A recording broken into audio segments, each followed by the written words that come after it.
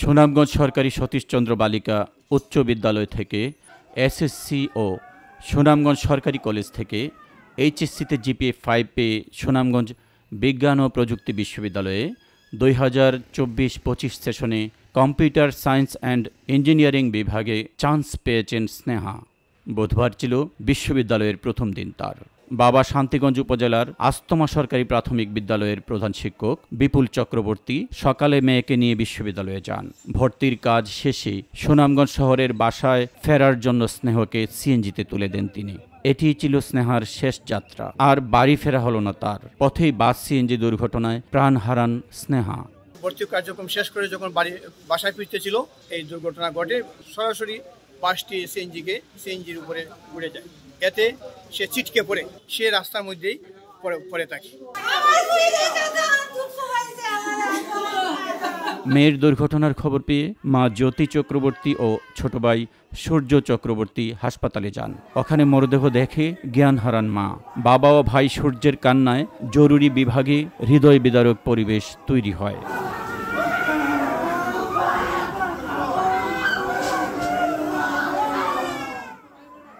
আমার পিসা এবং পিসির স্বপ্ন ছিল বড় হয়ে একজন ভালো মানুষ হবে, দেশের সেবা করবে, কিন্তু তাদের সেই স্বপ্ন অঙ্কুরেই বিনষ্ট হয়ে গেল। স্বপ্ন পূরণের পথে অনেক দূরে এগিয়ে গিয়েছিল। ছবিপ্রবীর শিক্ষার্থীরা বলছেন, সুনামগঞ্জ সিলেট সড়কে ফিটনেসবিহীন পরিবহন ও চালকদের অসচেতনতার কারণে ঘটছে দুর্ঘটনা। দ্রুত জড়িতদের শাস্তির আওতায় আনার দাবি তাদের। রেগুলারিটি মেনটেন করতেছে যে এক সপ্তাহ পর একটা অ্যাক্সিডেন্ট সেখানে হবে, যে এখানে এত বেপরোয়াভাবে ওরা গাড়ি চালাচ্ছে, গাড়ির কোনো ফিটনেস নাই। হেল্পাররা দেখা যাচ্ছে বাস চালাইতেছে, ড্রাইভার যারা চালায় ওদেরও লাইসেন্স নাই, ওরা মাদকাসক্ত হয়ে গাড়ি চালায়। বিআরটি এর কাছে আমাদের সর্বপ্রথম প্রশ্ন থাকবে, আপনারা কিভাবে এতগুলো বাসের পারমিশন এই রোডের মধ্যে দিয়ে দিলেন? এটার সুষ্ঠু তদন্ত করা হোক। যদি এর সুষ্ঠু তদন্ত না হয় তো কঠোর থেকে কঠোরতর আন্দোলন আমরা পরবর্তীতে আন্দোলনে ঘোষণা দিতে যাব। কয়েক মাস পর চালকদের ডোপ টেস্ট ও গাড়ির ফিটনেস পরীক্ষা করার দাবি বিশ্ববিদ্যালয় প্রশাসনের। যাতে যথাযথভাবে ড্রাইভারদের লাইসেন্সগুলি মনিটরিং করা হয়।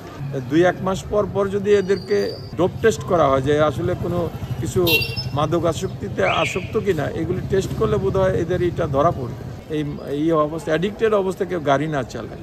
হাইওয়ে পুলিশের মামলা পরবর্তী ব্যবস্থা নেওয়ার কথা জানালেন police super Tofail Ahmed. Highway take over করছে, ওরা মামলা দিবে, ড্রাইভার এবং এর নামে মামলা দিবে, এরাই নিবে, আমরা হেল্প করব, আমরা জেলা পুলিশ হেল্প করব।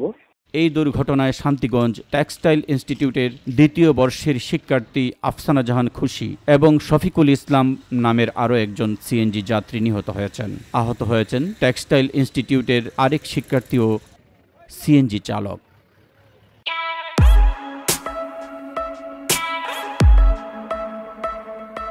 Oh,